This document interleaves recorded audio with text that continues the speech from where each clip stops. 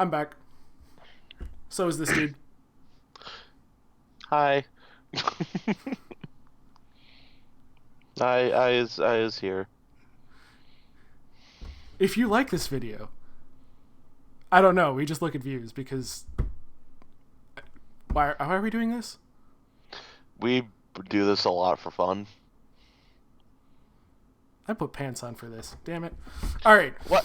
Why the fuck would you put pants on? Why do you got pants? I don't like this. You fucking pants wearing piece of shit. Damn it. This video is not recommended for children of small ages.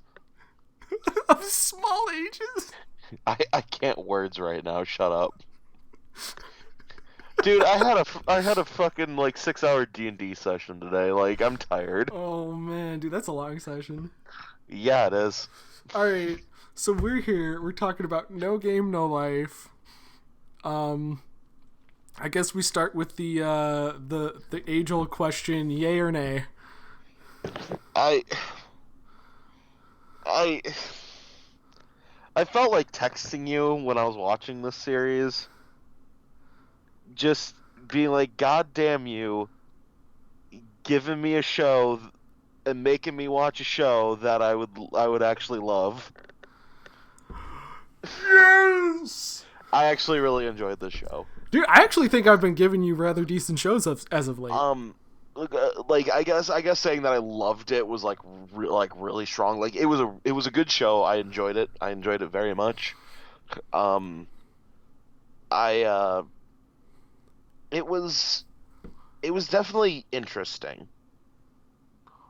You Like, know, you know what this show reminds me of a lot. Kakiguri. yes, the whole gambling aspect. So It like honestly, I did think that when I was watching it. I'm like, what the fuck is it with Andy and gambling shows? So this is so we should just go over what the main premise Do of you, the. do you have something you want to tell me, Andy? Are you doing okay? I only okay. So the reason why I found this is because I was looking up because I wasn't even looking anything up. It was suggested on a bunch of different sites. I don't even remember which ones. But it keeps coming. It kept coming up, and it was like, if you're into gaming, you gotta watch this show. So I'm like, okay, I like games, like, like a lot of people. I'm just like, okay, let me just take a look at it. Immediately, I'm like, it's kind of a mix, right? So it's a stuck in another world show. And I watched this after I watched Kakiguri. If you haven't seen Kakiguri, we have an episode out on that. To which it's basically a hierarchy of a high school is all about gambling. This, like, I should say, ups the ante, even though I think it came up before, where there's an entire universe and there is no wars. You can only settle disputes by gambling. By playing games. Yes, by And playing. Well, it's specifically playing games, but I will consider it gambling because there are losses and gains occurred. So like, it doesn't matter what the game is, as long as there's a bet for like something behind it, then it would be considered gambling. Yes, they are gambling through games and stuff like that. Where, like the whole idea is that the god of the world brought these two people brought this brother and sister from Japan or whatever that were like known as like the best gaming group in like the entire world or whatever. Like Oh, they're known as blank. But and let's like they thought people would think that it's like a giant group of people, but it was just these two. actually, so they say it's a giant group in their world. They actually only quantify themselves as one person. Yes, that like the two main characters, Sora and Shiro, are their brother and sister, and they consider themselves two halves of one person. They are like they are like super strong bonded together, and if they're even remotely apart from each other without being able to like visibly see each other, they lose their shit. Yeah. Like they start like panicking and going full anxiety, like freaking out because they don't know where the other is. So the idea is they're in this world, and their job is to collect all of these chess pieces that are held by all these different factions. By the 16 races of the world. Yes. So the factions are separated by races, which is kind of normal for these kind of things. So they're supposed to get all the pieces, and then they can go against God, and then if they win, they get to go back? Question mark. It's not really. Or they become the new god. Or they become the new god, or I don't know if it's just. Is it just like a free wish, or like? I don't know. They're just like they have the ability to challenge God to a game. Yes. So if they collect them all, they have the ability to challenge God to a game, and if they win against God, then something. Again, it's been a while, so I'm not sure if they directly say what it is, but it doesn't really matter because like you're playing against God. Like if you beat God, you're pretty darn good. Which they did, which is how they got transported to the other world. But the reason why Kakaguri comes to mind in particular is the deduction aspect. So when they get into a game, most of the time there's some sort of cheating involved from one party, and unless you can figure out that your opponent's cheating, then they can just get away with it. Yes. But if they do get caught, it's an automatic loss for them. So yeah, if they do get caught, it's an automatic loss. The thing is, with these two characters, they figure out what these that the other people are cheating or how these games go, and they flip it around. And they still win without cheating themselves. And they still win, but they don't need to call out people on cheating. No, it basically they humiliate them by winning without cheating while the other while people their opponents are are cheating. Yeah. Yes, and like that basically shames them because they point out it's like, oh yeah, we know how you're cheating and we caught you cheating, but we're still gonna beat you because what the thing about blank, they're like the group of the two of them together as one never loses. Like that's their whole thing. Is like blank never loses a game. Yes. So their whole thing is that they never lose. I have one thing. So I'm if you've seen the show before, you know that I'm Negative Nancy. There is literally one gripe I have with this entire show, and it's just that the color palette is a bit rough sometimes. Oof. Like there's a lot of like tints of like pink in it. There is a lot of color, and it's very, very busy. That being said, most of the time it looks really well done. There's just some times where you get like sensory overload. There are some times for some reason why they go from like just normal looking to for some reason they have this like pink outline to them where it almost seems like they're in like a virtual world or something like that, to like the entire landscape just like goes like negative. Yeah, that was color scheme wise, where it's all like the blues, blacks, and whites or whatever. It's like negative color. I'm just like, what the? Like it's very disorienting sometimes. Yeah. So it's just kind of it's not that it's bad. It's just kind of weird. I'm curious on this one. Who is your favorite character in this? Oh goodness, favorite character.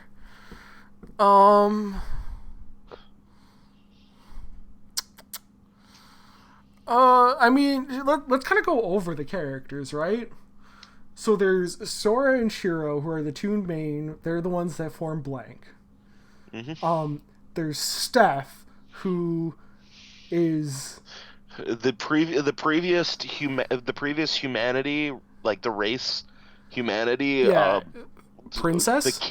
The king's granddaughter, the previous king's granddaughter. Yeah, and it's not quite sure if she was the princess or if she was just like if she was further down the line. Like, there's no clue on where her mother was or like who the father was. Like, there's nothing like that.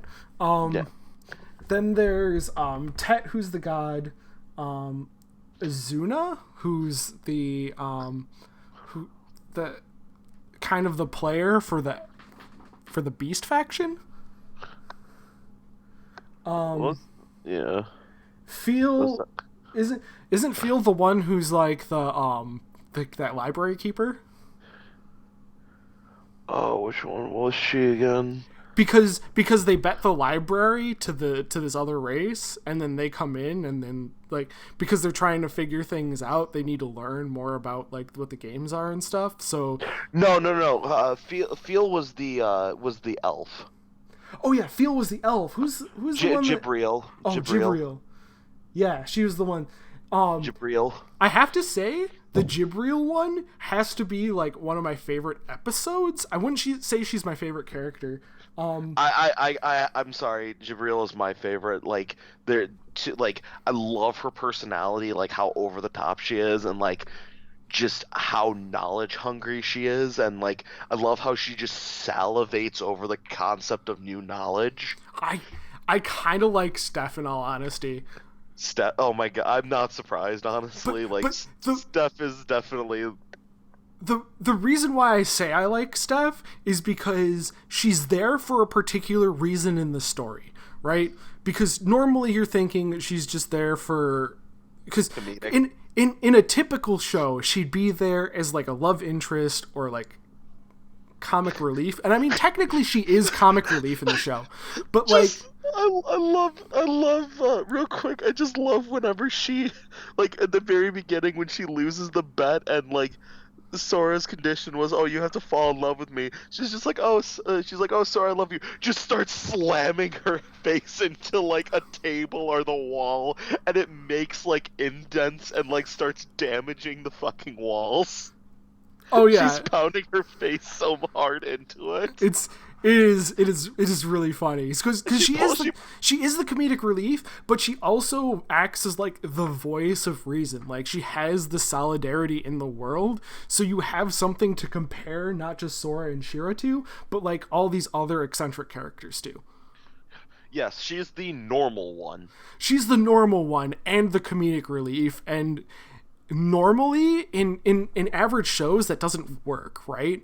Because you don't want somebody grounded being your comic relief, because obviously they have like some sort of knowledge to that, like you sympathize with them more.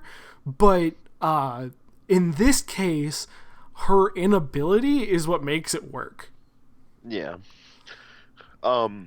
Real quick, another reason why my personal favorite is Jibril is like she's an angel, and angels are dope. Jibril has by far one of the coolest freaking games. Oh my god, you just materialize something. It's like that's an actual like game too, to like a word game. Yeah, so it's a word game that everybody knows is more of a Japan thing, where you use the last syllable of a word to start a new word. And you can't repeat a word that's already been used. Yes, or if you can't think of one within a time frame, you lose. So the reason why it was so interesting is because it's whatever they said. If it was present, was removed. If it wasn't present, then it would be added. Yeah. So what they did is he started off. So this is how. I love how he started it. So he starts off with a nuclear bomb. He's just like hydrogen bomb. And so in the game it would go like, okay, so whatever I say would have to be the end of whatever. So it would, but it has to deal with this hydrogen bomb, because obviously the hydrogen bomb goes off and then we're both screwed. So it comes back later in the episode that was a test to see if things that weren't words in this world, words in other worlds, functioned the same way. Yes. Like it still worked if like things from his world that aren't known in this world would apply, and they do. And like everything that he did was a setup to win. Yes, which is what I thought. Like it severely, again, it's one of those things. Kakiguri comes to mind, but it's one of those things that made it an interesting show to watch, is to figure out and like reason with these characters as to how the world works. And I like Jibril because she didn't cheat. In all honesty, she didn't, but there was reasoning behind the game that she played, because she did have an advantage. Yeah, yes, she had an advantage, but that was the whole, that dealt with like one of the 10 laws of the world was if you challenge somebody to a game, They get to pick the game. Yeah. And they were like Sora and Shiro were warned by Steph that they only play one game. Mm-hmm. And it's that word game. Which, I mean, pretty good way to go about it, right? Oh yeah, and it was really cool. Like I loved that game. Like but in terms of storytelling, like the way it was told was very well done. Like people could follow what was going on, even though it was first of all, it's not exactly a complicated game, but like given the context of things appearing and disappearing, it was. Yes. But on top of that, it was how they explain, like how things worked, right? Because like the whole mana lines and the whole like there was just a lot going on that was explained to a point where a common person could still follow what was happening and why it was happening. Yes.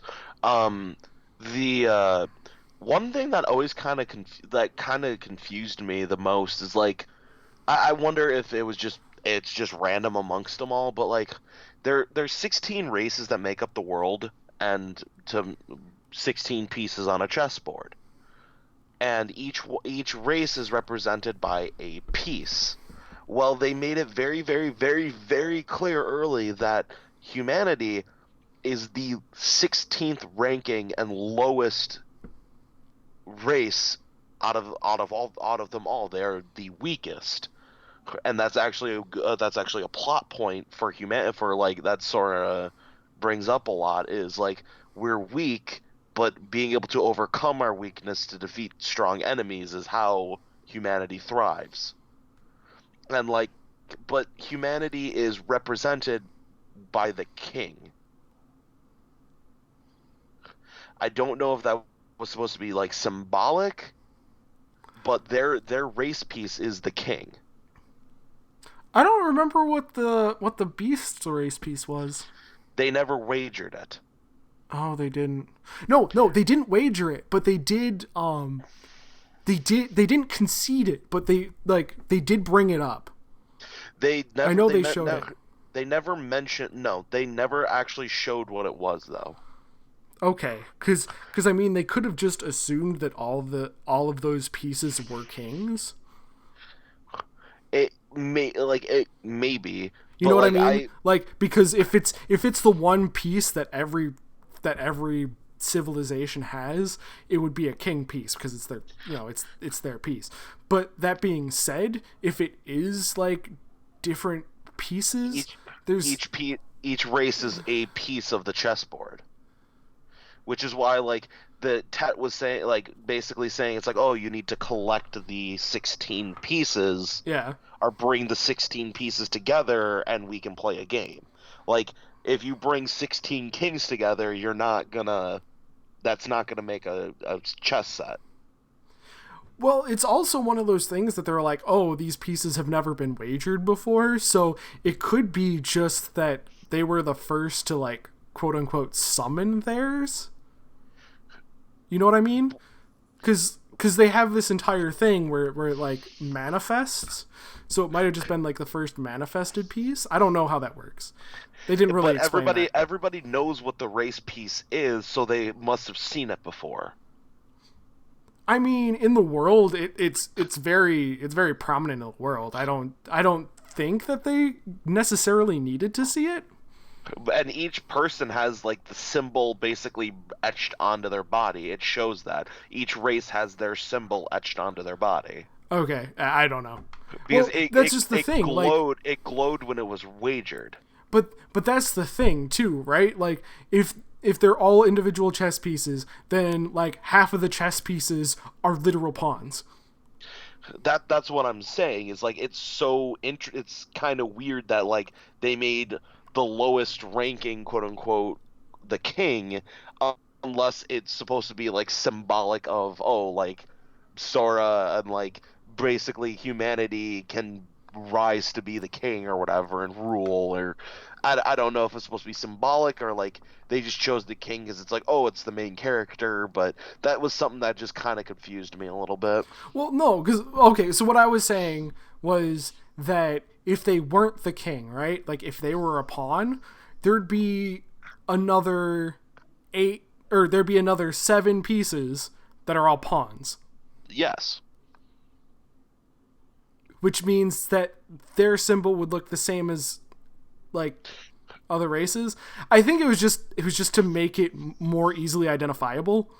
I don't think it necessarily has like obviously it has reasons for it in terms of like ease of telling the story, but I don't think it has any like real relevance. I think you're just looking too far into that one.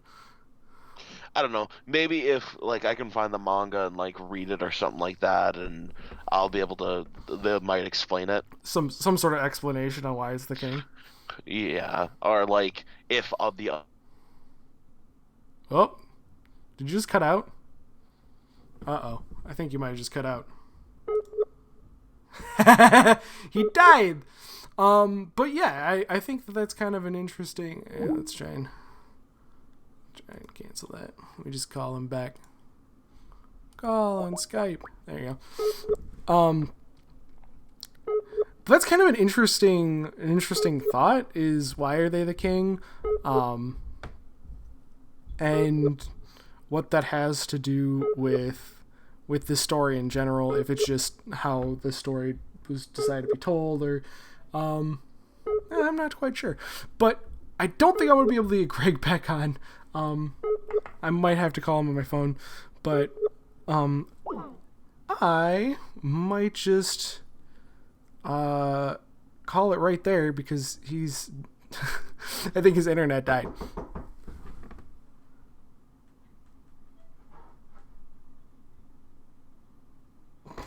People knocking on my window. So thank you guys so much for watching. Hopefully you enjoyed. It'll be a mystery next time because Greg isn't online to tell me what's going on. So thank you guys so much for watching. Until next time, take it easy. Bye.